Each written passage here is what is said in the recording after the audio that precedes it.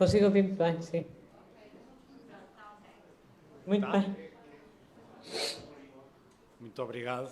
Vamos começar o debate sobre o debate, que foi acho que foi o resultado do facto de normalmente a Syngenta Portugal costuma ir a Bruxelas ao FFA, ao Forum for Agriculture, e por causa do Covid acho que é já o terceiro ano que não pôde ir, e às vezes dos problemas se encontram soluções. Portanto, está aqui um grupo que vai debater o que tivemos a ouvir hoje no FFA, num debate que o título do debate poderia parecer até um pouco monótono, mas foi muito interessante e acho que foi bastante atual.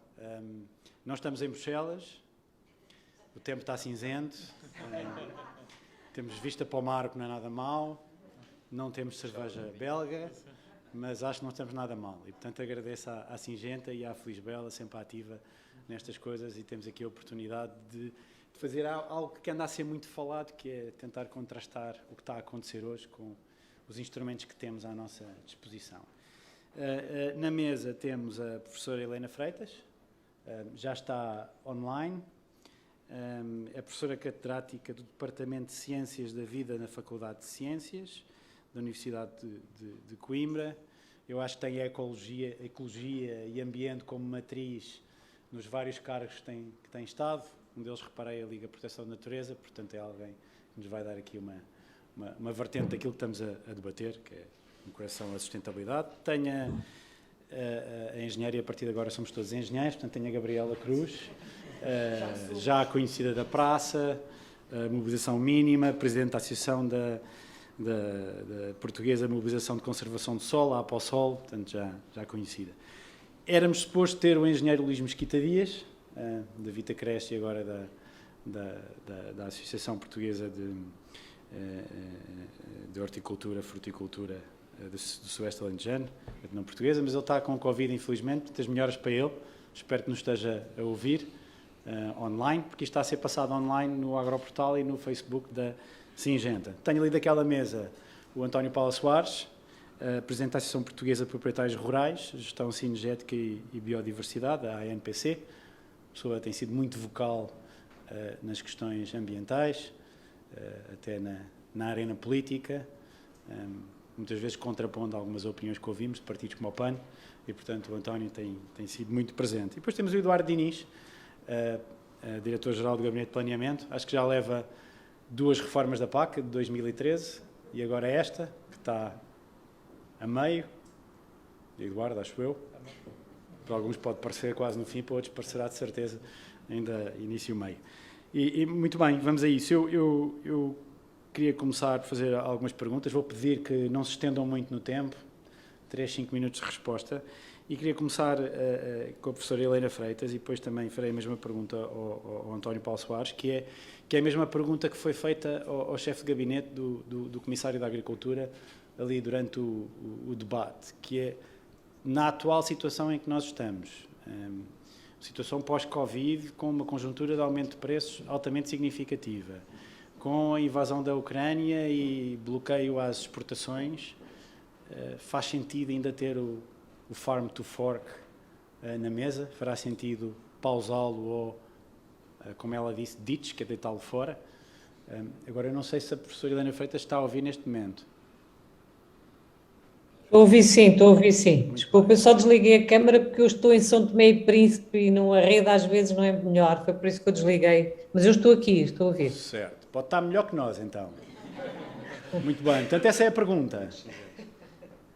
É tempo de Farm to Fork? É tempo ou é tempo de nos concentrarmos em aumentar a produção em momentos em que estamos com reduções nas importações que nós dependemos bastante, como o milho, como a trigo, como os cereais? É tempo mais de concentrar na produção e pausar estas exigências ambientais que vão levar a reduções da produção?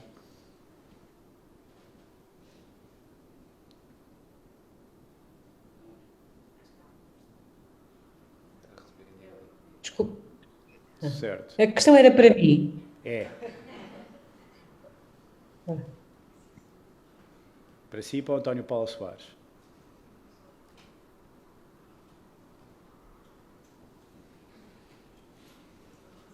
Não se consegue ouvir? Se quiseres, trocamos a ordem. Helena, eu vou trocar. Trocar a ordem. E vou trocar a ordem. Vou pedir ao António Paulo Soares para começar a responder, esperando que a ligação melhore. António. Bom, muito obrigado, Zé Diogo. Primeiro que tudo, muito obrigado à Singenta e realmente é um gosto, como o Zé Diogo dizia. Não estamos em Bruxelas, mas finalmente começamos a ter alguma normalidade de estarmos com esta casa cheia e estarmos aqui cara a cara. Já entrar em alguma normalidade é de facto importante e ainda bem que a Singenta teve esta iniciativa e obrigado por isso. Relativamente à pergunta que o Zé Diogo colocou, eu acho que realmente que é preciso termos aqui um bocadinho, às vezes, parar para pensar. O Green Deal foi apresentado em finais de 2019. Poucos meses depois da apresentação do Green Deal, começou a pandemia de Covid-19, que apesar de já estar a entrar em alguma normalização, ainda estamos a sofrer e iremos sofrer durante muito tempo os efeitos económicos e sociais da pandemia. Entretanto, infelizmente em Portugal e em Espanha, aliás, como se falou, e pelos vistos também na Roménia, quando começamos a desacelerar os efeitos negativos da pandemia, começamos com um aceleramento dos efeitos das alterações climáticas e isso tem sido bastante vincado no princípio deste ano e nos meses que nós temos tido e as causas que temos vindo a sofrer para a agricultura e para a pecuária e para a floresta em Portugal. E, infelizmente, para ajudar, temos também esta questão desta guerra na Europa e todos os impactos sociais e económicos que ela está a ter e que ainda vamos no princípio que certamente serão graves. E daí termos que eu dizer que realmente às vezes tem que se parar para pensar, porque desde finais de 2019 que se apresentou o Green Deal, que sendo uma ambição da Comissão Europeia, a que se junta à estratégia da biodiversidade e agora mais recentemente, e o Farm to Fork e mais recentemente até a estratégia das florestas europeias, parece que nos é apresentado um guião, e é-nos apresentado um guião com uma componente muito ambiental, e porque de facto, realmente em dezembro de 2019, uma das grandes preocupações eram as alterações climáticas e os efeitos das alterações climáticas, e que continua a ser. O que é certo é que no bolo temos bastante mais ingredientes do que o que tínhamos em 2019, e parece que continuamos com um guião como se nada se estivesse a passar ao longo destes 2 anos, e continuamos com os mesmos objetivos e com as mesmas metas.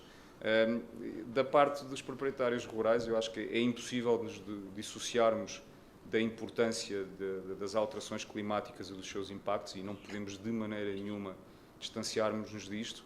O que eu acho é que, e eu muitas vezes em Bruxelas, nomeadamente na questão da floresta, que é uma questão que eu me dedico muito em Bruxelas como vice-presidente da Confederação dos Proprietários Florestais Europeus, parece que andamos sempre a falar de sustentabilidade, mas quando se fala de sustentabilidade, cada vez vamos empurrando mais exclusivamente para a sustentabilidade ambiental e vai-se sempre perdendo um bocadinho o apoio dos pilares da sustentabilidade económica e da sustentabilidade social. E eu acho que ao fazermos isso, estamos a criar aqui uma clivagem muito grande em que, de facto, parece que cada vez menos se ouve as preocupações no terreno dos agricultores, dos proprietários rurais e dos proprietários florestais, e isso está a criar aqui uma grande clivagem entre as políticas. E, de facto, como o Zé Diogo perguntava, eu acho que se já vínhamos a combater muitas destas imposições do guião da Comissão Europeia no que dizia respeito à componente ambiental, eu acho que neste momento estamos numa situação gravíssima em termos económicos e sociais, e acho que realmente não digo de todo parar um Green Deal ou um Farm to Fork, porque acho que isso é impossível sequer de se pôr essa situação em cima da mesa, mas acho que realmente que é a altura de parar para pensar, porque estamos em causa, principalmente com a questão da seca e com a questão da guerra na Ucrânia, estamos em causa a segurança alimentar e a soberania alimentar europeia, e acho que estamos a passar por tempos de crise muito agravados, e de facto em tempos de crise as análises não podem ser as mesmas que eram ao tempo de dezembro de 2019. Daí que realmente que eu acho que é bastante importante criar aqui um mecanismo, e falou isso, o chefe de gabinete falou isso, criar-se este mecanismo de parar um bocado para pensar com os stakeholders e de facto de criar condições para que a Europa não caia nos problemas que está a cair de momento no que diz respeito à alimentação e prevenir que isso não aconteça no futuro, porque é mais certo que cada vez mais comecem a haver estes problemas do que eles passem e deixem de aparecer. Muito obrigado, António. Fala-se, por exemplo, em os terrenos em pousio ou em set-aside, porem-se em produção de proteínas. Isso é uma espécie de parar para pensar. Isso é uma espécie de parar para pensar, claramente. Muito bem. Eu pedi agora à Helena Freitas, se estiver a ouvir bem, se a conexão estiver boa. Estou a ouvir, estou a ouvir. Perfeito. Eu não tinha percebido se me tinham dirigido a pergunta inicialmente, peço desculpa. Realmente, apesar de estar em São Tomé e Príncipe, eu sei que, quer dizer, às vezes no Príncipe a rede não é melhor, mas eu espero que me estão a conseguir ouvir. Estamos. Espero que sim. Eu consegui ouvir a intervenção agora e presumo que a pergunta que me é dirigida é a mesma. Se justifica, face aos cenários que estamos a viver, digamos, uma paragem, um tempo de paragem relativamente ao Green Deal. Não é essa a questão? É, exatamente. É essa a questão? É. Sim. Sim. Eu também queria começar por agradecer a oportunidade de estar convosco e à Singenta em particular o convite que me é feito, que me deixa sempre, de facto, temos conseguido estabelecer uma colaboração progressiva que eu penso que também é importante para nós, que estamos na comunidade da ciência ecológica, aquela que também quer ajudar a construir o Green Deal. E, portanto, nesse sentido, de facto, nós encaramos a oportunidade do Green Deal, e particularmente para o sistema alimentar, no seu conjunto, como um enorme desafio, um enorme e feliz desafio que se colocava, de facto, à Europa e, portanto, e de uma forma geral ao sistema alimentar, portanto, e à transformação que ele inequivocamente exige, por muitas razões. Agora, de facto, colocados perante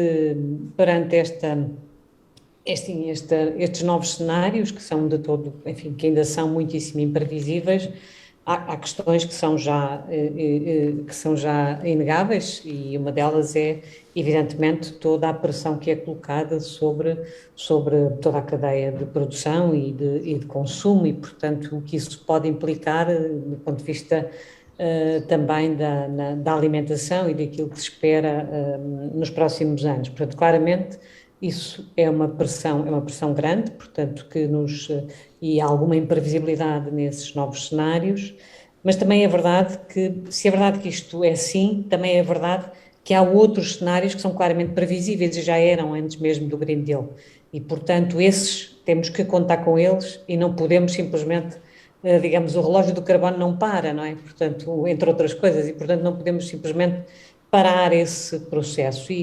E há, de facto, do meu ponto de vista, duas questões que permanecem inalienáveis e, portanto, que têm que ser objeto permanente de reflexão e de incorporação nas soluções. Em primeiro lugar, de facto, a questão climática e a pressão que coloca sobre todo o sistema produtivo e sobre a nossa vida em geral, e, portanto, a necessidade imperiosa de nos adaptarmos a essa nova realidade climática que ainda em 28 de fevereiro deste ano saiu o segundo, digamos, documento associado ao 6º relatório do IPCC, e esse documento é inequívoco, portanto, nós podemos contar com cenários de alteração da temperatura, particularmente na região mediterrânica, que também é a nossa região, que de facto nos impõem uma nova realidade relativamente à produção e às necessidades associadas ao nosso sistema alimentar, porque isso não será objeto de discussão aqui, evidentemente, não proponho fazê-lo, mas de facto este último relatório é particularmente claro no que diz respeito à vulnerabilidade, digamos, do sistema biofísico e das comunidades e, portanto, claramente desta relação que temos associada ao sistema alimentar. E, portanto, isso é uma realidade que não parará, seja qual for o resultado, enfim, da guerra, desta invasão da Ucrânia. Por outro lado, também é verdade que, antes mesmo do Acordo Ecológico Europeu, havia também uma realidade que se colocava sobre tudo isto, que tem a ver com, de facto, com o avanço progressivo da produção alimentar, portanto, o chamado cropland, não é, de maneira geral, sobre os ecossistemas, e, portanto, esse avanço representa também em si mesmo um desafio muito grande. Não pode, digamos, não é possível compatibilizar esse avanço sem, digamos, em muitos casos, sem uma aposta mais clara na eficiência da própria produção, não é compatível com a conservação dos ecossistemas naturais, enfim, no curto e médio prazo, isso, e sobretudo nas últimas 2 décadas, eu julgo que os números, eu tenho um artigo muito recente da Nature Communications, portanto, em que aponta nas últimas 2 décadas, portanto, mais 100 milhões de hectares que foram, de facto, integrados na produção alimentar e, portanto, claramente é um desafio também produzirmos, de facto, enfim, pelo menos vamos ter seguramente uma diversificação de formas de produção e, portanto, esse desafio já existia antes mesmo do Green Deal e, de facto, convoca-nos a todos para, de facto, trazer mais ciência para este setor. E, por outro lado, e só como último eixo de análise, também é verdade que todos percebemos que o nosso sistema alimentar, que criámos nos últimos 70 anos, de uma forma geral, no que diz respeito à resposta que deve dar às populações do mundo, de facto não é o melhor, nós será consensual, de facto percebermos que conseguimos um sistema alimentar que é brutalmente injusto e que, de facto, é insustentável, digamos, na resposta que deve oferecer ao mundo de uma forma geral. Portanto, esses desafios permaneceram e vão permanecer para além de qualquer resultado deste cenário de guerra. E, de facto, o Acordo Ecológico Europeu deve ser, sobretudo, e agora é evidente, o tempo de paragem seria para quê? Para equacionarmos novos indicadores, porque, na verdade, o que tem de virtude o Acordo Ecológico Europeu vai permanecer, que é, de facto, sermos capazes de produzir de outra forma, garantindo, de facto, um sistema alimentar mais responsável e mais capaz de responder aos desejos também daquilo que é o novo consumo e o novo consumidor. Isso também foi, aliás, muito apontado nesta reunião de manhã que tivemos. Claramente, o sistema alimentar e, portanto, a nova agricultura também tem que incorporar cada vez mais a realidade que é o novo consumidor e aquilo que o novo consumidor, de facto, também percebe e também deseja. E, portanto, eu penso que o mais importante era termos a capacidade para assumir, por um lado, aquilo que são as virtudes, digamos, da nova narrativa associada ao Green Deal, em particular para o sistema alimentar, apropriarmos-nos e incorporarmos aquilo que tem de positivo, mais importante do que, digamos, agora ajustar as métricas. Evidentemente que as métricas, porventura, vão ter que ser ajustadas em função daquilo que serão os cenários resultantes, de facto, da guerra, que inequivocamente vão impactar. Mas o importante, de facto, é mantermos digamos, um investimento muito agressivo, de facto, na capacidade de tornar mais eficaz, mais sustentável o sistema alimentar no seu conjunto e a produção alimentar. E, portanto, a ciência com o Green Deal despertou imenso para esta colaboração ativa também em processos relacionados, por exemplo, com a regeneração dos solos, com a maior eficiência também do próprio sistema de produção. Portanto, há um conjunto de aspectos que o Green Deal veio impulsionar e, portanto, a expectativa de facto da redução dos agentes químicos. Portanto, eu penso que eu não seria tão... Eu percebo a ideia e percebo a pertinência do tal momento de paragem, mas, de facto, penso que nós temos um mundo extraordinário pela frente a construir, com o apoio da ciência e da inovação, de facto, de uma sociedade que, enfim, eu só vejo 3 cenários evidentemente que é uma questão que nos perturba imenso e não conseguimos estar longe. Enfim, eu aqui não vivo tão intensamente os cotidianos de guerra como estava a viver na Europa a semana passada, mas claramente isto coloca uma pressão enorme sobre todos e sobre, não tenho dúvidas também sobre a agricultura e sobre os agricultores, mas do ponto de vista da narrativa que deve dominar e que nos deve conduzir, eu penso que nada mudou, pelo contrário, se mudou até foi num sentido de facto, de comprovadamente nós estávamos no caminho certo, não é?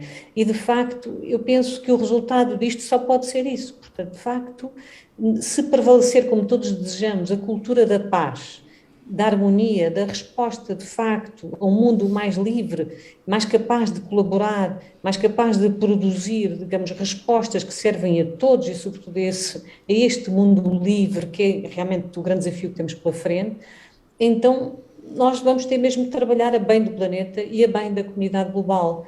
E, portanto, eu penso que essa mensagem vai prevalecer e associada a ela, porque a mensagem do ambiente, a mensagem ambiental é uma mensagem de paz.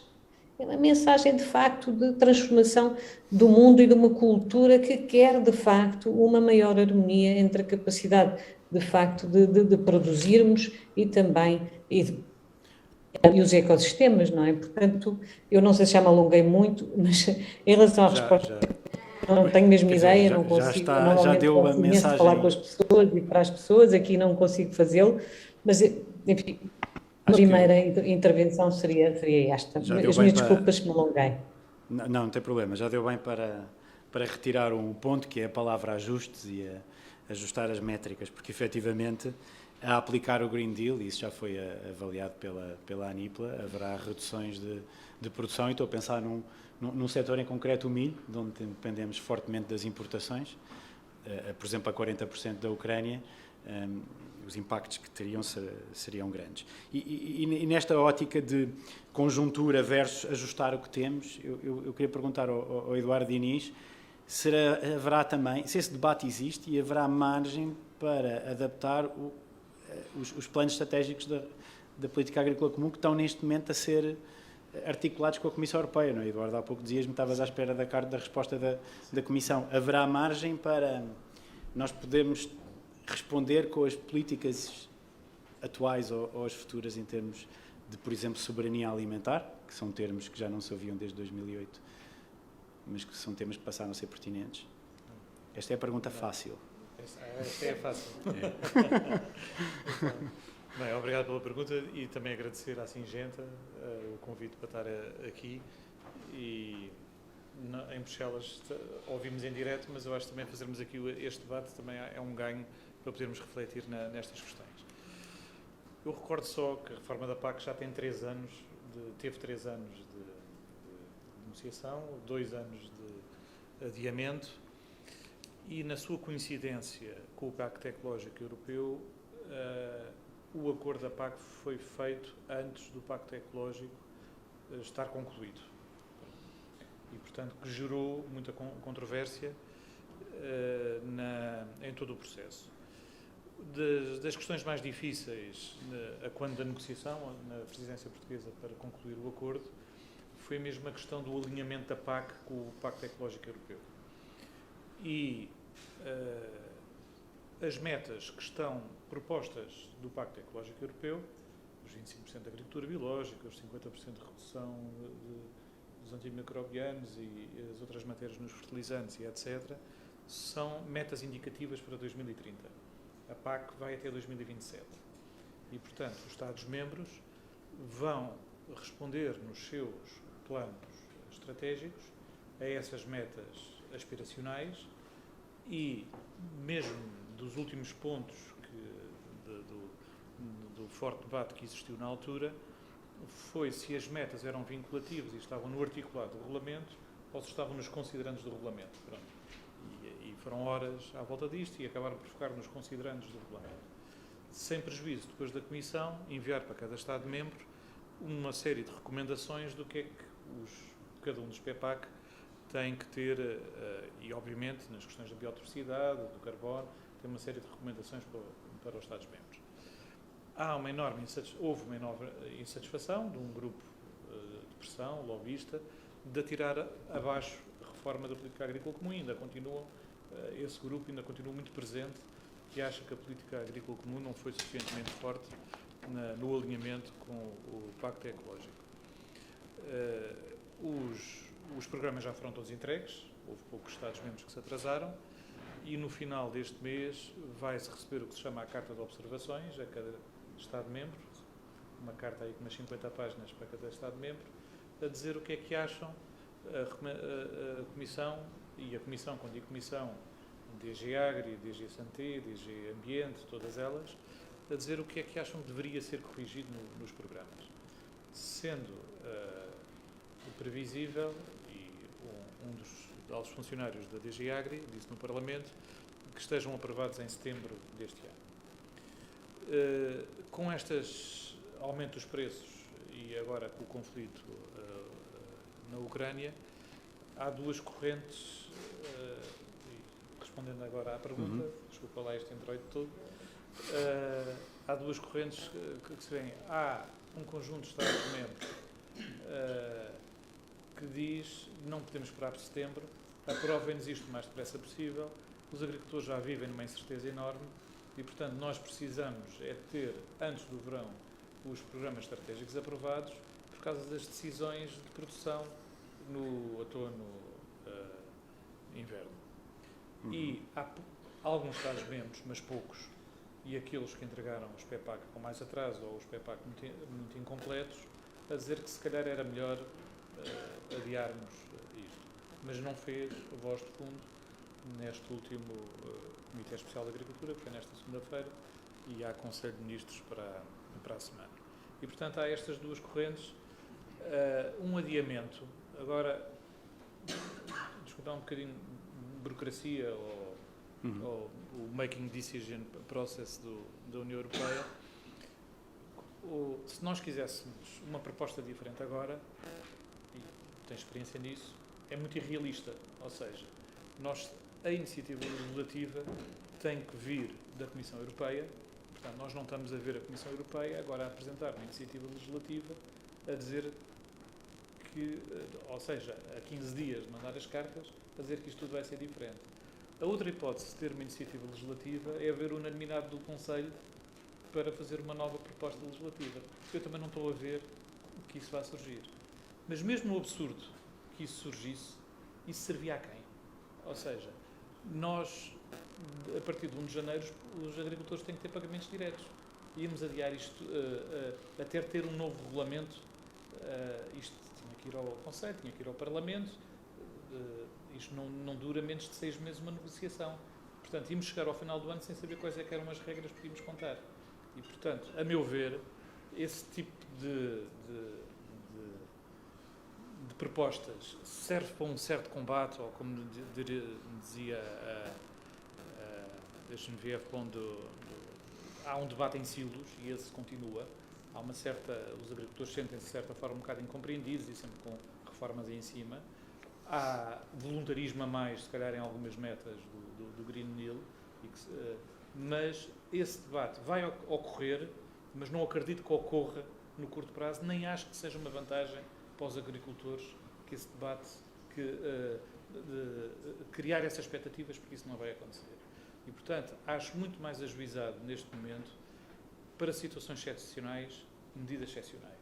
E, portanto, a questão dos explosivos vai ser decidida esta semana, portanto, acesso aos explosivos e produção de proteaginosas nessas áreas.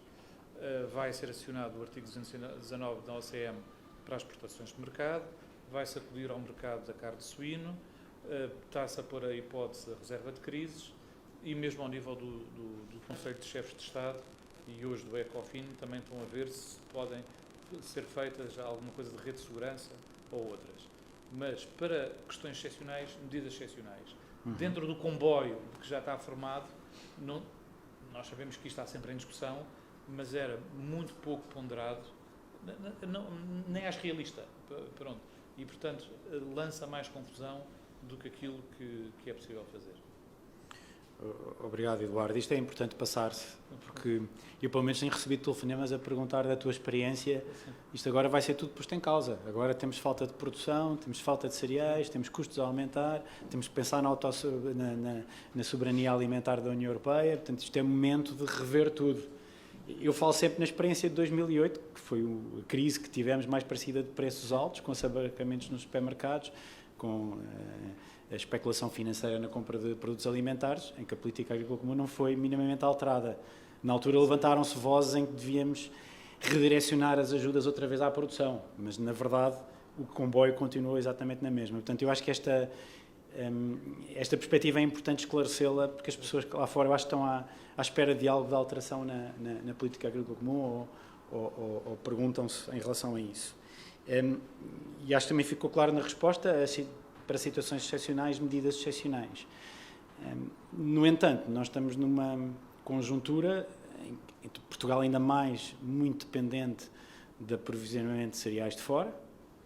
Tínhamos 40% das nossas importações que vinham da Ucrânia de milho, por exemplo.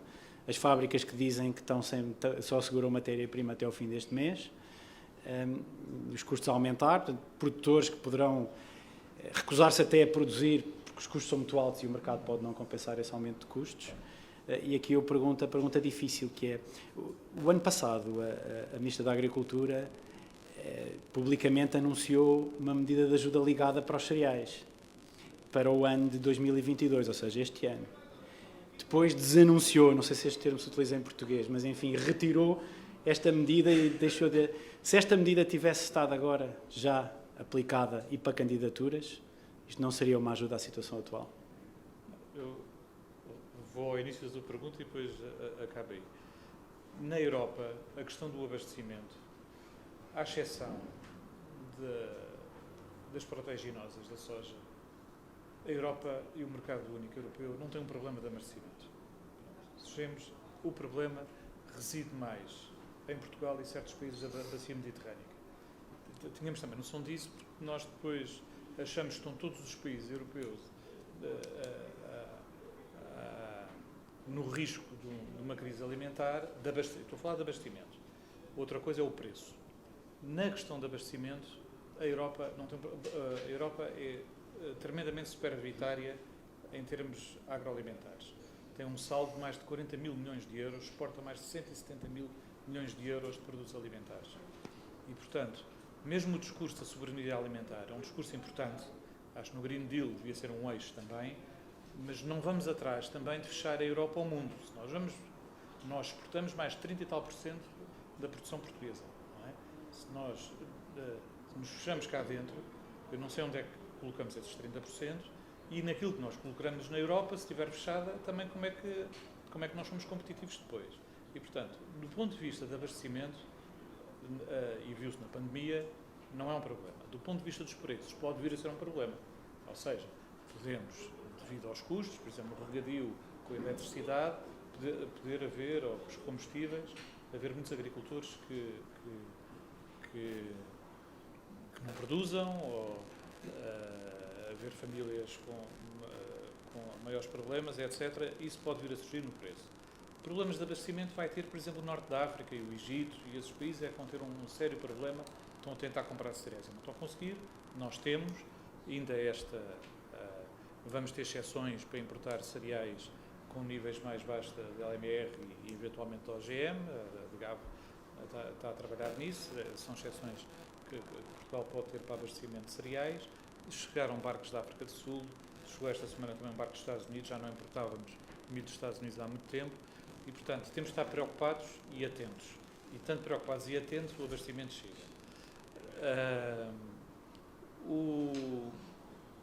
Mas a questão dos preços pode ser um problema. O Egito importa, 4 dos 7 maiores importadores de cereais estão no Norte da África, e esses vão sofrer. E depois já sabem, pronto, se nós nos fechamos, depois os imigrantes e os migrantes em situações terríveis, temos que ver isto depois também tudo em conjunto. A ajuda aos cereais e a estratégia de cereais que o Ministério fez foi num sentido que nós chegámos a uma situação mesmo de abaixamento total e completo da nossa produção. Nós no trigo estamos na ordem dos 6% de autoaprovisionamento, no milho já não sei, nos 19%, 20%, e portanto chegámos a um ponto de grande redução. A ajuda de pagamento ligado que foi desenhada nunca foi num sentido de irmos ter um autoabastecimento em cereais. Mesmo os níveis que estavam fixados na estratégia apontavam para 38%, não é, Luís?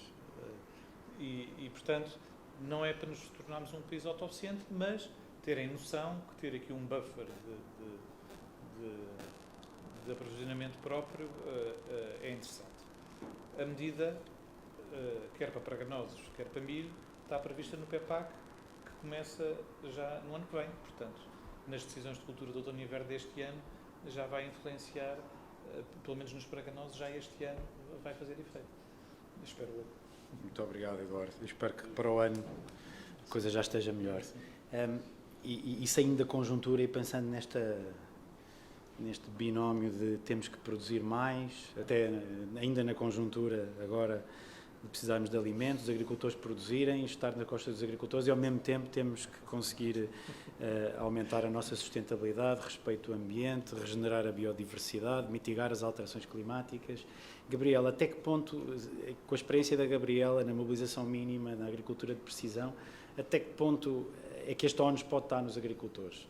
Ou melhor, até que ponto é que os agricultores vão conseguir responder com o uso da tecnologia a produzir mais, gastando menos? Eu também queria agradecer o convite à Singenta e ter-nos proporcionado assistir ao debate desta manhã e vir aqui um bocadinho também dar a voz aos agricultores. As perguntas mais difíceis são sempre feitas aos agricultores. E pagam menos. Exatamente. E só queria lembrar aqui a minha mãe, que era francesa, chamava-nos imensas vezes a atenção para que a história é cíclica e que nós, no fundo, dizíamos que não gostávamos daquilo, não gostávamos do outro, não quer isto, não quer aquilo, porque nunca tínhamos passado por uma guerra. Ela passou, em adolescente, pela Segunda Guerra Mundial. A minha avó francesa passou por 2 guerras mundiais e pela pandemia espanhola.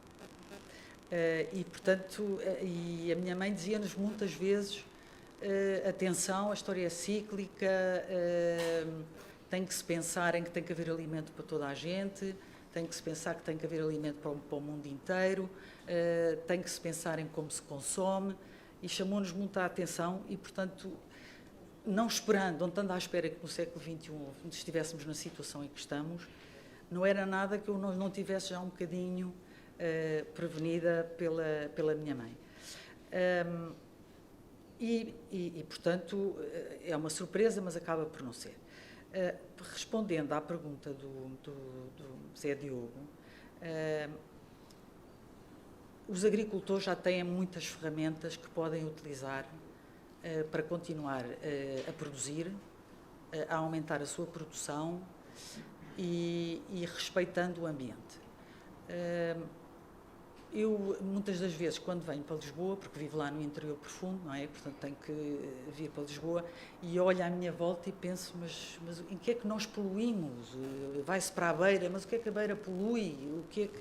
Temos um bocadinho de dificuldade em pensar o que é que nós poluímos. E também, se calhar, por uma questão de educação, que o meu pai era um admirador do solo, a minha preocupação foi sempre muito também para o solo e para a água, porque as secas têm sido uma constante na minha vida profissional. Esta seca poderá ser a seca maior nos últimos não sei quantos anos, mas quer dizer, secas muito grandes eu já passei muitas. Também já sou muito antiga e, portanto, já estou há 30 e tal anos na agricultura e já passei por secas e secas muitíssimo complicadas e em que os agricultores passaram grandes apertos. Pensando em ferramentas, pronto, lá vem a Gabriela Cruz, a maluquinha da agricultura de conservação, falar que uma ferramenta que poderia agora ser adotada pelos agricultores, sempre e quando tivessem os devidos incentivos e tivessem também uma transferência de conhecimento muito mais forte do que aquela que a nossa associação tem conseguido fazer, que os académicos têm conseguido fazer, penso que a agricultura de conservação e a mobilização de conservação era muito importante. A mobilização de conservação como transição para a agricultura de conservação. Isto porquê? Porque nem todos os agricultores têm os solos preparados, têm que mobilizar, têm que descompactar e, portanto, não podem ir para a agricultura de conservação. Para o distúrbio mínimo do solo, como alguns fundamentalistas querem que os agricultores façam. E, portanto, a mobilização de conservação seria talvez uma prioridade que deveria ser dada para os agricultores poderem um bocadinho não terem uma quebra de produção, que pudessem assegurar a produção que Portugal precisa para ser menos dependente e depois, lá mais, quando o seu solo estivesse preparado, então passavam para a agricultura de precisão. Outro aspecto que os agricultores já sabem, já dominam muito bem em Portugal é o uso eficiente da água. E, portanto, quanto mais água se armazenar, mais ferramenta se dá ao agricultor para poder aumentar a sua produção. E há um conjunto de aproveitamentos hidroagrícolas que se estão a propor ao Ministério e ao Estado português e que não têm sido muito acarinhados, porque lá está, temos no ambiente uma pessoa que, em meu entender, é muito pouco preparada, não tem conhecimento das realidades e, portanto, tem encravado aqui um conjunto de barragens e de aproveitamentos hidroagrícolas que já poderiam estar a ser mais dinamizados e que trariam aqui uma grande mais-valia aos agricultores. Outra tecnologia que os agricultores têm pouco acesso na Europa e que Portugal também não é exceção, é a biotecnologia. A biotecnologia, falando nas novas técnicas de melhoramento, que são técnicas que são mais acessíveis a todos os organismos de investigação e que, portanto, poderiam trazer soluções de plantas mais produtivas, de melhor genética, de plantas que usam, por exemplo, de uma forma mais eficiente os recursos naturais. Era uma prioridade, porque é uma boa ferramenta que os agricultores poderiam ter, era uma prioridade que deveria ser dada na Europa e em Portugal. Outro aspecto que era muito importante também era os agricultores, que já vão tendo, mas precisam mais, era melhores fertilizantes, portanto, que sejam mais eficientes para ser utilizados e que tenham menos perdas, como, por exemplo, há já os fertilizantes de libertação controlada que também contribuiriam muito e contribuem já para isso.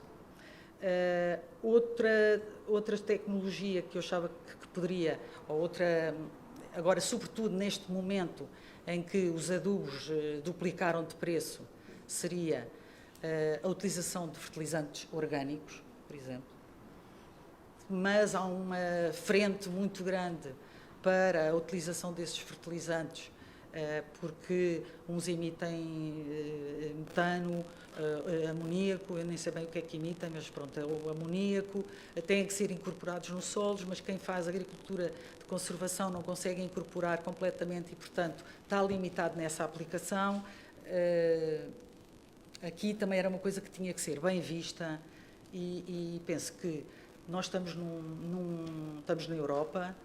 O Eduardo Diniz deu-nos aqui uma mensagem de esperança em que não vai haver falta de produtos alimentares. O preço com certeza vai disparar, é evidente, mas o preço para o agricultor português e para o consumidor português conta muitíssimo. E a mim o que me faz uma certa confusão é que, pronto, há o discurso, e ontem o Ministro da Economia disse, não vai haver falta de alimentos, sim senhora, mas há uns países que exportam mais do que outros e, portanto, estão numa situação mais favorável do que Portugal. Nós vamos ter que importar ainda mais. Se não produzimos mais, vamos ter que importar mais. Não é só soberania, não é falarmos só em soberania alimentar, é depois, Portugal tem poder negocial para comprar alimentos a uma França e uma Alemanha porque não produz o suficiente. E, portanto, eu acho que neste momento, sobretudo Portugal e os países da parte da zona mediterrânica, têm que pensar em que têm que produzir mais e eu penso que, quando se diz que a agricultura europeia polui 10%, contribui com 10% para a emissão dos gases de efeito de estufa, parece-me uma percentagem um bocado pequena para um setor que alimenta tanta gente e que ainda exporta. E, portanto, eu penso que aqui tínhamos que nos deixar um bocadinho de modas por agora. Eu, quando estava à beira de fazer 40 anos, tinha que fazer uma decisão muito importante na minha vida. E houve uma pessoa que me disse: pare para pensar, porque nas alturas de mudança de ciclos é quando nós fazemos mais asneiras. E, portanto, eu acho que nós agora estamos numa mudança de ciclo. E, portanto, temos mesmo para parar para pensar. Portugal tem que parar para pensar. E temos que pensar, queremos ou não queremos ser mais autossuficientes, ou garantir mais autoprovisionamento. Evidentemente, o fecharmos para os outros mercados tem os inconvenientes que o Eduardo nos disse, mas eu penso que os agricultores têm feito um esforço enorme, até mesmo na agricultura de precisão têm feito um esforço enorme para serem o mais respeitadores do ambiente possível. E, portanto, agora teriam que ser ajudados com outras, permitindo-lhes estas ferramentas que eu aqui enumerei, para eles ainda conseguirem produzir mais e sendo sustentáveis na medida do possível na altura em que nós estamos. Muito obrigado, Gabriela. E mesmo a Farm Europe fez um comunicado agora em que responde com uma série de soluções para o que estamos a passar, é aumentar a investigação na agricultura de precisão e na agricultura digital de 15 bilhões acima da reforma da PAC. Portanto, este vai mesmo no caminho. Muito obrigado, Gabriela, pelas palavras sensatas também. O António quer dar um complemento e depois vamos abrir aqui. Sim, obrigado, Zé Diego. Eu não queria deixar de passar esta intervenção da engenheira Gabriela, de apoiar e de ainda acrescentar aqui algo que a engenheira disse, que é importantíssimo. Eu também tenho a sorte na vida de viver no campo e de trabalhar no campo e também tenho que vir à cidade de vez em quando e realmente tenho também essa mistura de sentimentos de realmente que nos dias de hoje e nos últimos anos, se há parte da sociedade que tem sido francamente atacada, é de facto a sociedade que lida diariamente com a fileira agrícola e com a fileira florestal. Nós temos assistido ao longo dos últimos anos a movimentos na sociedade e a movimentos na política que catalogaram de uma forma muito agressiva e muito permanente os agricultores e os florestais como parte do problema, e isso vem também um bocado a reboque de todas estas estratégias e da forma como as estratégias têm sido apresentadas, criando esta imagem dos agricultores e dos florestais como o problema e não como parte da solução. E nós discutimos muito isso em Bruxelas, que é de facto a falha na comunicação, porque realmente não há nenhuma solução destas estratégias que possa ser implementada sem os atores no terreno, e os atores no terreno são os agricultores e são os florestais e são os proprietários rurais. E por isso, de facto, nós, desde o início desta seca grave que temos tido nos últimos meses, estes movimentos parece que desapareceram, que se esconderam, parece que andam muito calados, porque realmente também agora com esta questão da soberania alimentar e do papel fundamental dos agricultores para com uma sociedade que não tinha muito bem a percepção de onde é que vinham os alimentos e desta hipótese futura de haver algum problema com a soberania alimentar, de facto tem havido uma diminuição brutal nos últimos meses dos ataques aos agricultores na comunicação social, e tem-se dado cada vez mais, e que se calhar como nunca se deu, um espaço na comunicação social ao setor agrícola, desde a seca até esta questão da guerra na Ucrânia, e eu acho que isto realmente é como uma análise SWOT, e eu acho que em tempos de crises temos também aqui uma oportunidade, de facto, de passar esta mensagem à sociedade, de que de facto somos parte da solução e não de todo o problema. Muito obrigado, António. Excelente. Eu queria também abrir espaço a perguntas. Não vamos sair daqui sem perguntas. Ou há cerveja belga ou eu forço. Muito bem. Pedro Fevereiro. O professor Pedro Fevereiro. Pedro. Muito obrigado. Muito obrigado à Síria e ao professor por este convite. A minha pergunta tem a ver com aquilo que aquele agricultor austríaco nos transmitiu quando fez a sua apresentação. E se calhar é mais para os agricultores do que propriamente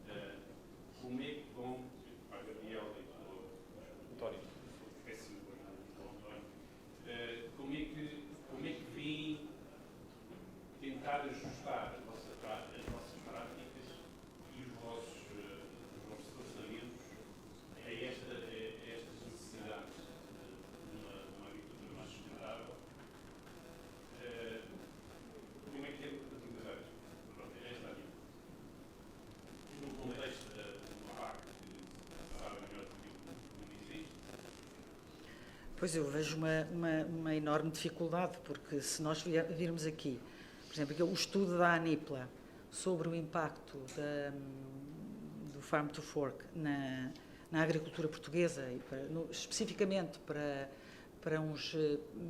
o milho, para o tomate, para a pera, para a vinha, para o olival, eu não sei se me esqueci de mais alguma coisa, o impacto de reduzir os produtos fitofármacos, de reduzir os adubos, vai fazer com que o milho e o tomate percam a viabilidade económica, por exemplo. A pera, por exemplo, vai ter uma perda de 26 milhões de euros por ano. E a pera é um produto fundamental nas nossas exportações. O olival terá uma perda de 29 milhões de euros por ano. E também o azeite, hoje em dia, é um produto que muito contribui para as nossas exportações. Há tempos houve uma pessoa que me disse que eu falava muito em segurança alimentar e soberania alimentar, e a pessoa disse, mas eu prefiro falar em valor, soberania em valor, ou seja, o que eu percebi foi que, depois não tive tempo de falar com a pessoa, de desmiuçar, se nós tivermos valor para depois poder importar, se tivermos valores de exportações para poder importar, temos um poder negocial e no fundo, um conforto maior. Eu acho que, por exemplo, se o milho grão perde a viabilidade económica, há zonas do país que ficam muito limitadas. Eu, por exemplo, vejo, há muitas zonas do interior do país que o milho é uma cultura que ainda vai sendo ali uma lufada nas explorações agrícolas e, portanto, vejo aí bastante difícil a situação. Agora, se calhar, se o preço do milho aumentar muito, podemos pensar que a contacultura pode ser uma contacultura mais folgada, mas depois os adubos vão ser muitíssimo mais caros. Os fitofármacos também aumentaram de preço, não tanto como os adubos. Mas se nos dizem para reduzir os fitofármacos, e portanto, eu acho que temos que aqui chegar a um equilíbrio. Até onde é que vamos na redução dos fitofármacos? Enquanto não tivermos soluções mais sustentáveis, porque no fundo vão aparecer melhores fitofármacos, como têm vindo a aparecer, com um impacto muitíssimo inferior, também estão a aparecer melhores fertilizantes, mas depois temos o problema de não podemos fazer, por exemplo, OGMs. Eu acho que os OGMs, lá vem a Gabriela Cruz a defender os OGMs, mas é assim mesmo, quer dizer, se tivermos a possibilidade de reduzir na aplicação dos inseticidas, se pudermos utilizar de uma forma mais eficiente os nutrientes, se tivermos variedades que são mais tolerantes ao stress hídrico. Quer dizer, nós matamos logo não sei quantos coelhos de uma cajadada, de coisas que nos estão a impor ou que o clima português nos impõe. E essa seria, se não houver espaço para apoios financeiros, e agora neste momento se calhar temos o PRR, mas o prejuízo que se pensa que vai ser esta crise da Ucrânia, eu nem consigo dizer o valor, 175 mil milhões de euros. Neste ano, o PRR são 600, não é? É assim uma coisa, pronto. Nos 6 anos. Portanto, eu não fixo muito bem os preços, mas por acaso não escrevi os valores. Portanto, quer dizer, isto, o que é que vai acontecer? Vai acontecer que se calhar depois a Europa não sei se vai haver fundos para incentivar os agricultores a produzir de uma forma sustentável, se vai haver ajudas suficientemente motivadoras. E aquele agricultor, ele explicou, quer dizer, a agricultura biológica, muita gente vai para a agricultura biológica por uma questão comercial e por uma questão de conta de cultura. Muito bem, Gabriel, muito obrigado. O António também quer... Eu só complementando, quando esse agricultor austríaco estava a falar, estávamos ali quase com os comentários intermédios e ele de facto dizia que era orgânico, mas que ao mesmo tempo, para ser orgânico, não ganhava dinheiro, mas mesmo assim, para ganhar dinheiro, deixava de conservar a biodiversidade e deixava de conservar o solo. Isso cria, e num país como a Áustria, que se calhar já vai mais adiantado que outros países nestas metas do Farm to Fork, cria-nos aqui um cenário muito contraditório e pessimista do que é que possam ser as metas do Farm to Fork nestas imposições ambientais. Mas eu também, há uma situação que preocupa, que é nós vivemos num mundo global, nós vivemos numa economia global. Ou seja, estamos e bem a considerar a componente ambiental dentro da Europa, mas estamos a criar estratégias que vão tornar, quase que fazer uma redoma à volta da Europa em termos de uma economia alimentar, quando grande parte do resto do mundo não o está a fazer, nem tem planos para o fazer, o que também, e este exemplo da guerra da Ucrânia, coloca aqui a Europa numa situação de futuro bastante particular e até perigosa. De maneira que realmente eu quase que apanho mesmo a boleia do agricultor austríaco, que realmente, indo para essa situação, quase que tem que se andar a pedir, por favor, paguem-nos os serviços dos ecossistemas, porque se não nos derem aqui esta ajuda, é incomportável ser agricultor. Isso realmente é um cenário bastante drástico e catastrófico para um agricultor. Muito bem, muito obrigado, António. Eu estou a olhar aqui para a plateia, estou a pensar assim em casos concretos. Tenho ali... então já o vou poupar. Posso? Continuo, depois dou ao professor Avilés. Estou a olhar ali para a Lagoa Alva, por exemplo, o João Fonseca. Como é que, com objetivos de reduzirmos a utilização de fitofarmacêuticos, ou a Comissão Europeia chama-lhe pesticidas, de 50%, por exemplo, como é que a Lagoa Alva, que é uma exploração agrícola que utiliza a agricultura de precisão, planeia o vosso futuro de conservação? Como é que planeiam, como é que perspectivam, em termos de planeamento, o futuro? Vai haver uma redução da produção / faturação? Conseguem manter utilizando este tipo de técnicas? João, isto é um bocado impositivo eu estar a pedir sem me pedirem a pergunta, mas é os tempos que correm.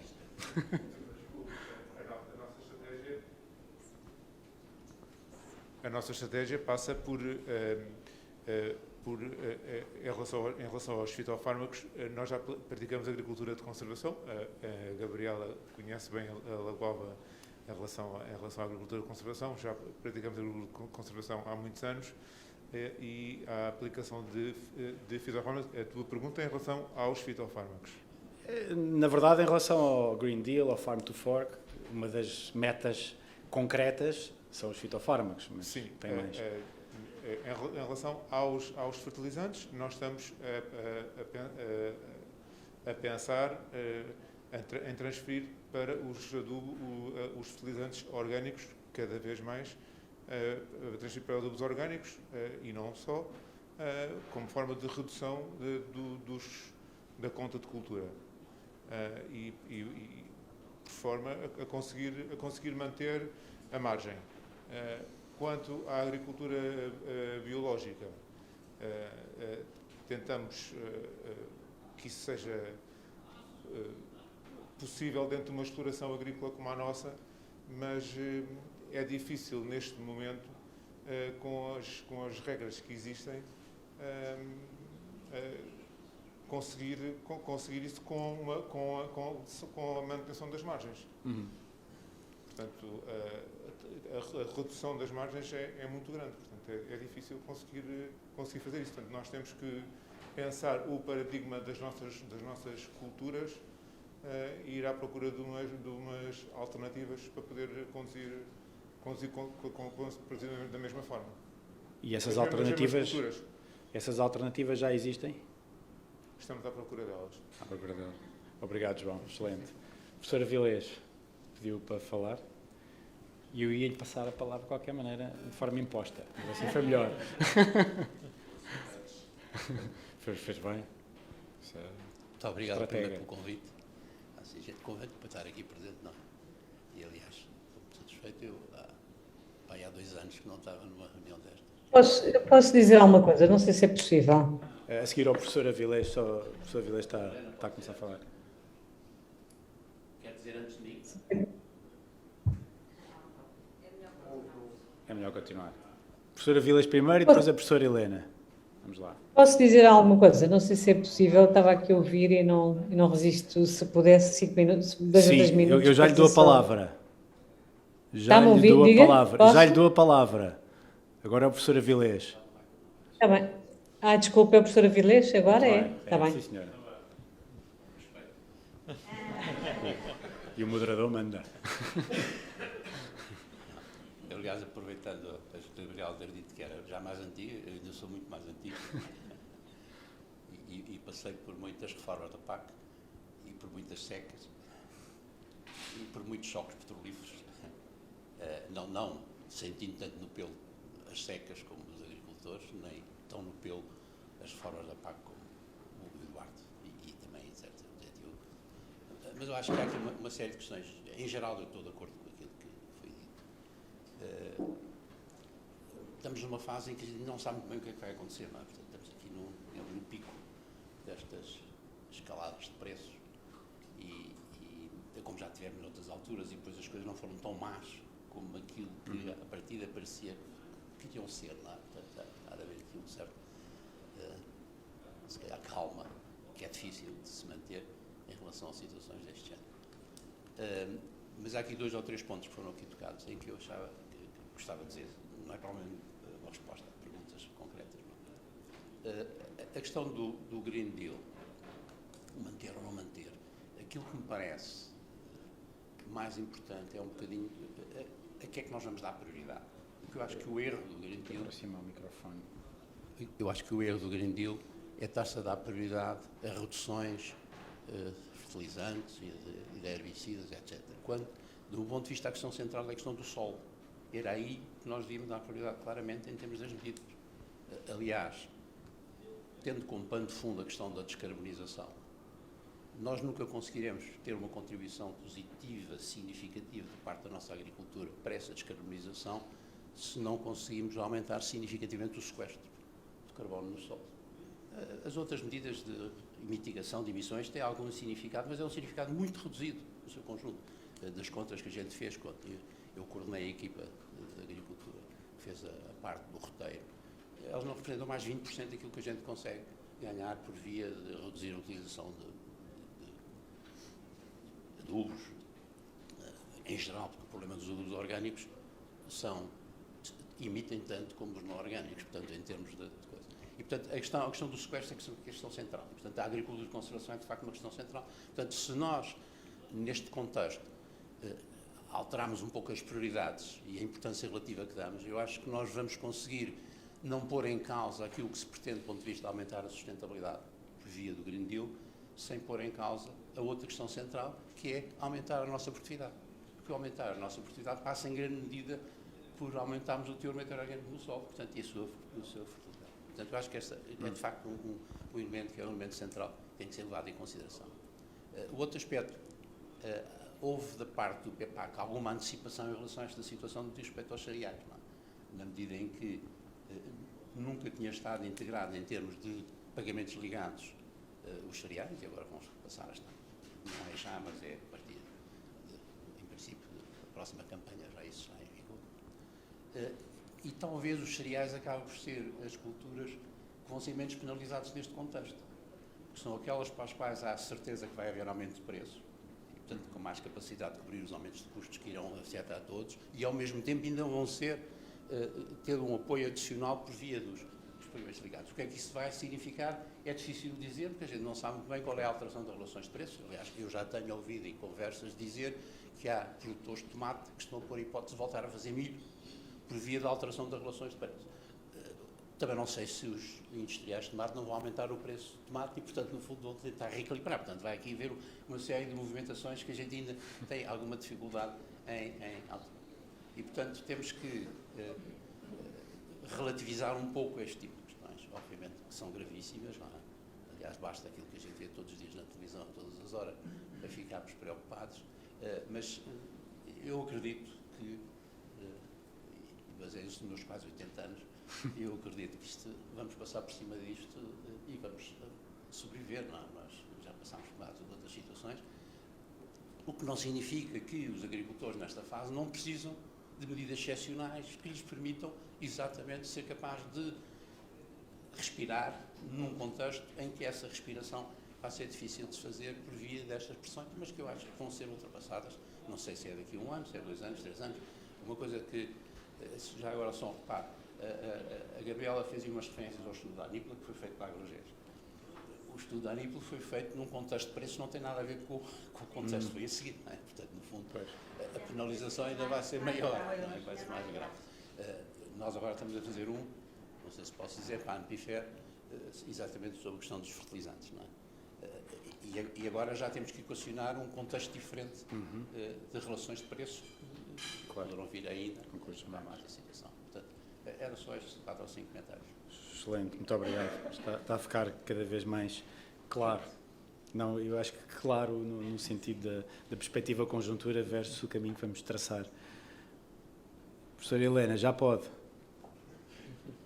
Não sei se já lá está a chegar ou não. Eu não consegui ouvir bem, infelizmente. Claro. Ouvi assim muito interpretado, mas Claro. pronto, eventualmente até vai ser um pouco redundante, mas eu queria só deixar uma nota que, de facto, realmente a agenda verde é inexorável, portanto, nós não temos outro caminho, de facto, a não ser introduzir a sustentabilidade em toda a nossa forma de atuar e de viver, e, portanto, mas a agenda verde é também uma agenda inteligente, e eu queria invocar isto, porque, de facto, se houve também um aspecto muito positivo do Green Deal, foi trazer também ao nível, concretamente, da ciência e da produção científica. Hoje a ciência está a produzir ativamente, e como nunca, também para o setor agrícola. Portanto, nós, de facto, hoje estamos a produzir conhecimento científico e tecnológico absolutamente brutal, exatamente com esta narrativa. Portanto, já não para a produção, como fizemos há 70 anos atrás, portanto, para uma produção que tem que abastecer o mundo independentemente dos seus contextos e da forma de o fazer. Pelo contrário, nós agora queremos, de facto, produzir e produzir bem. E, portanto, a ciência hoje, e falava-se há pouco de ser, de facto, limitada à Europa, não é.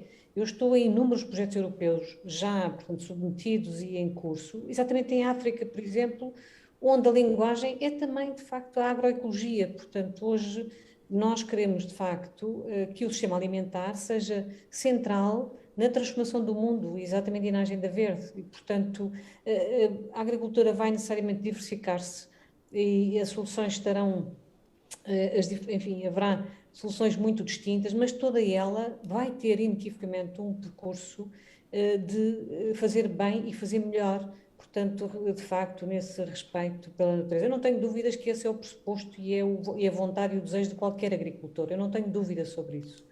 Mas vamos ter que, de facto, introduzir portanto, uma agenda mais inteligente na forma como o fazemos. E inteligência significa mais circularidade, melhores práticas, melhores soluções e, sobretudo, também respondermos às pessoas e àquilo que são os desejos também do novo consumidor. E volto a trazer esta questão, porque ela é da maior importância.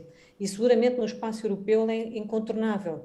Portanto, o consumidor vai ter aqui um papel absolutamente determinante neste processo e nesta transformação, e ele vai associar, portanto, à questão da alimentação, outros valores que agora, até agora não eram visíveis até no espaço público. E hoje a questão da nutrição, da saúde, há uma série de outros valores que vão ser visíveis e mais visíveis no espaço público e vão determinar esta transformação. A ciência vai ajudar, a nova tecnologia também, e portanto eu penso que, independentemente, sinceramente, do desfecho da guerra que todos esperamos que seja, não há outra forma, ela tem realmente que colocar os valores da universalidade vão ter que vencer, porque pensar de outra maneira era o fim da humanidade, quer dizer, portanto, isto vamos ter que encontrar um caminho que é o caminho de facto da universalidade, e portanto não podemos temporariamente fechar, podemos temporariamente procurar soluções de resposta mais local, e essas soluções também vão estar presentes, mas há de facto um caminho que é inexorável e também naqueles continentes que tipicamente estavam fora deste caminho, eles também vão entrar nesta, e portanto eu estou exatamente num contexto muito particular que é São Tomé e Príncipe, conhecem bem, e de facto sinto cada vez mais que só pode ser por aí. Queria trazer só esta mensagem realmente de que é preciso contar hoje com a ciência também e o contributo da ciência foram já nomeadas alguns exemplos de facto de onde a ciência está a introduzir, inclusivamente também naquilo que são os objetivos do Green Deal, portanto, uma série de todos esses targets que temos previstos e não há razão para que não se pense que podem ser atingidos, portanto, há soluções que estão a aparecer todos os dias, portanto, a todos os níveis, e vêm realmente já impregnados dessa vontade de fazer bem, de fazer melhor, no sentido, de facto, de trazermos também aqui uma agenda inteligente coletivamente para o setor. E, portanto, queria deixar esta mensagem, porque para mim a agenda ecológica é a agenda mais inteligente e é aquela que responderá coletivamente às nossas preocupações e, desde logo, porque a agenda ecológica é uma agenda de paz. Muito obrigado. Eu tenho aqui 3 pontos que tomei nota e depois vou passar à Felisbela para concluirmos. O primeiro ponto que tomo nota é que... Agora já, só se a Felisbela... Eu não deixo. Se a Felisbela me quiser ultrapassar, pode ser? Pode, é que já cheguei ao meu limite. Uma visibilidade muito real do que é uma empresa agrícola, um empresário agrícola e alguém que está neste momento com algumas organizações. Eu exploro cerca de 400 hectares. Toda a minha área neste momento está semeada e normalmente faço metade desta área em segunda cultura.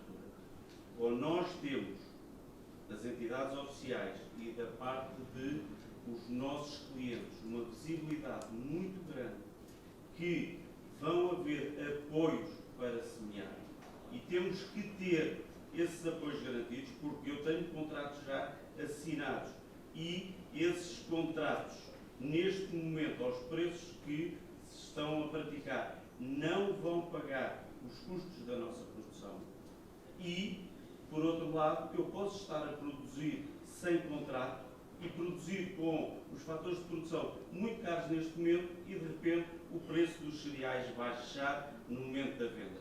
Eu não sei o que é melhor, mas nós temos ferramentas e há, de certeza, instrumentos para motivar a produção. E não temos que esperar pela próxima campanha. Esta campanha, de certeza que há instrumentos. Estamos em tempos excepcionais, tem que haver medidas excepcionais para motivar a nossa soberania alimentar. Não vamos esperar por outono, inverno, para estarmos a fazer novas sementeiras e novas medidas. Tem que ser agora. Deem-nos indicação. Nós estamos prontos. A sustentabilidade, nós já fazemos a sustentabilidade. Eu não preciso que venha uma menina de Caracóis dizer-me o que é que eu tenho que fazer. Não tem que ser. Ela tem que dizer a países como a Rússia, como a China, que têm que reduzir. Nós já somos muito sustentáveis. Podemos ser mais. É verdade. Não acredito que nós, para termos soberania, temos que deixar de produzir tomate e milho ou ir comprar aos Estados Unidos, onde produzem com todos os produtos e mais alguns, e nós não os podermos utilizar cá. Esta é a verdade. Olhem para isto. Não pode ser de outra maneira. É a dura realidade. Eu estou como um austríaco, onde nos dão alguma visibilidade de como é que devemos produzir, ou então paramos. Não há outra maneira. Desculpa, Sérgio. Não, obrigado. Eu estava aqui a pôr o tempo, tenho o meu tempo à 1 e temos que nos ir autoprovisionar de almoço, mas esse comentário foi importante. Tenho a certeza que o engenheiro Eduardo Inês tomou nota e sei muito bem o que é que referes. Portanto, fica o ponto dado. Eu tomei 3 pontos importantes, acho que eu noto. Um é que o Green Deal vai continuar, pode ter ajustes, pode ter derrogações, mas vai continuar. Portanto, aquela pergunta de deitar o Green Deal fora não me parece que vá acontecer. O segundo ponto, para uma conjuntura excepcional haverão medidas excepcionais, mas não serão forçosamente alterações de tudo o que se está a fazer neste momento. Portanto, o comboio vai continuar e muita da resposta e do ónus estará na ciência e, mais uma vez, nos agricultores. Portanto, a agricultura de conservação, não é só a de precisão. O João dizia bem, o João Fonseca da Lagoa, dizia, estamos à procura de soluções. Portanto, muito por aqui passará estes 2 ónus. E depois tentar encontrar vantagens nos problemas e melhorar o teor de matéria orgânica do solo, procurar soluções que venham a ser regenerativas e, ao mesmo tempo, respondam ao problema do ambiente, conseguindo permitir produzir. Eu queria pedir à Felisbela... Só vou fechar, agradecer a todos. Acho que foi uma manhã cansativa, mas bastante produtiva e bastante interessante. Acho que estes momentos de discussão e de reflexão ajudam-nos muito a encontrar as soluções que nós consideramos que somos parte dessa solução, portanto, acho que isto ajuda-nos a parar, a pensar e daqui saírem algumas conclusões que depois nos podem ajudar a curto prazo a tomar decisões e a influenciar quem tem que tomar as decisões para o nosso setor. Portanto, agradeço a todos, convido todos para virem almoçar agora e desfrutar um pouco. Não temos cerveja belga, devemos ter cerveja portuguesa, mas pronto.